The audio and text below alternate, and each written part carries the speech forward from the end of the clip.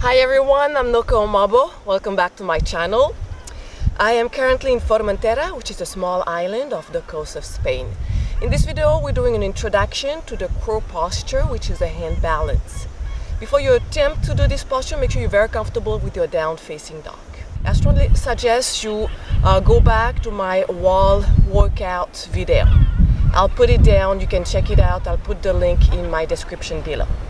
If you enjoy this type of videos, give me a thumb up and subscribe to my channel. You will need the mat.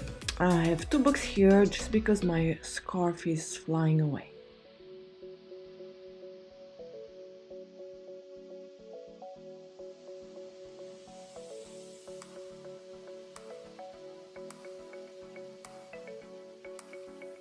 Let's start in down-facing dog. Fingers spread out. Just gonna lift the heels up and down several times. And as you lift your heels, feel the weight shifting into your hands.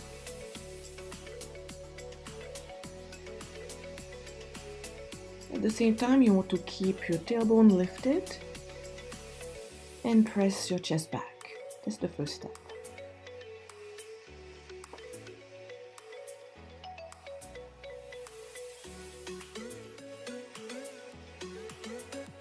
You're going to keep the heels lifted, bending the knees, and again pressing the chest back. Same thing, we bent the knees, pushing the chest back, contracting the abdominal muscles, really feeling the weight into the heels of the hands, into the fingers.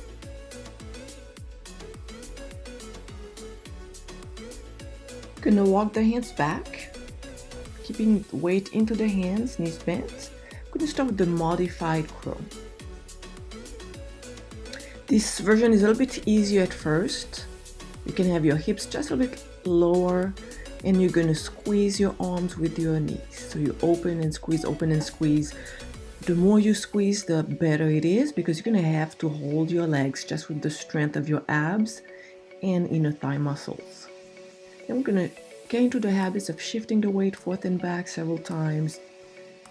Feeling the weight into the hands. Your hands have to be flat into your mat.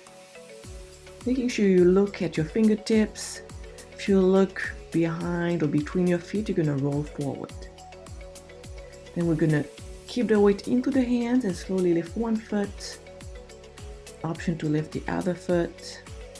And maybe today that's the only thing you're going to do. And you're going to practice this for several weeks until you're comfortable.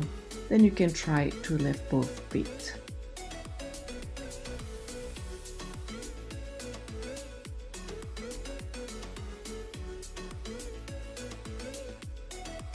As you lift one foot, make sure you keep both hands into the floor. Sometimes I see students, they shift the weight into one hand. And then try to balance. Maybe you balance for 1 second. Let's stretch out the back. And try the other option, the other version, the front crow. We start exactly the same way, but this time we want to keep the hips all the way up, tailbone lifted to the sky the entire time.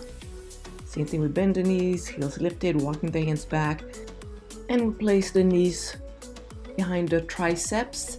I like to place my knees under my armpits, but some people place them on the triceps. And you notice here my knees are sliding. I have a lot of sunscreen, so if you're sweating, make sure you dry everything out.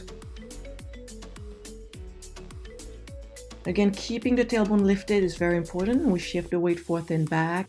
Eventually lifting one or both feet.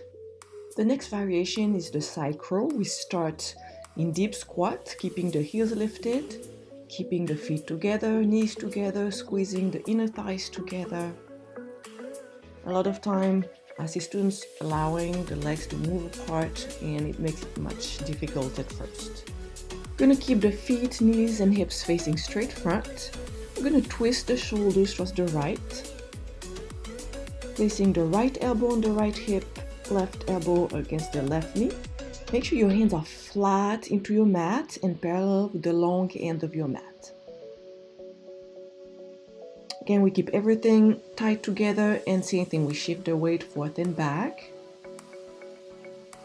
Looking between the fingertips.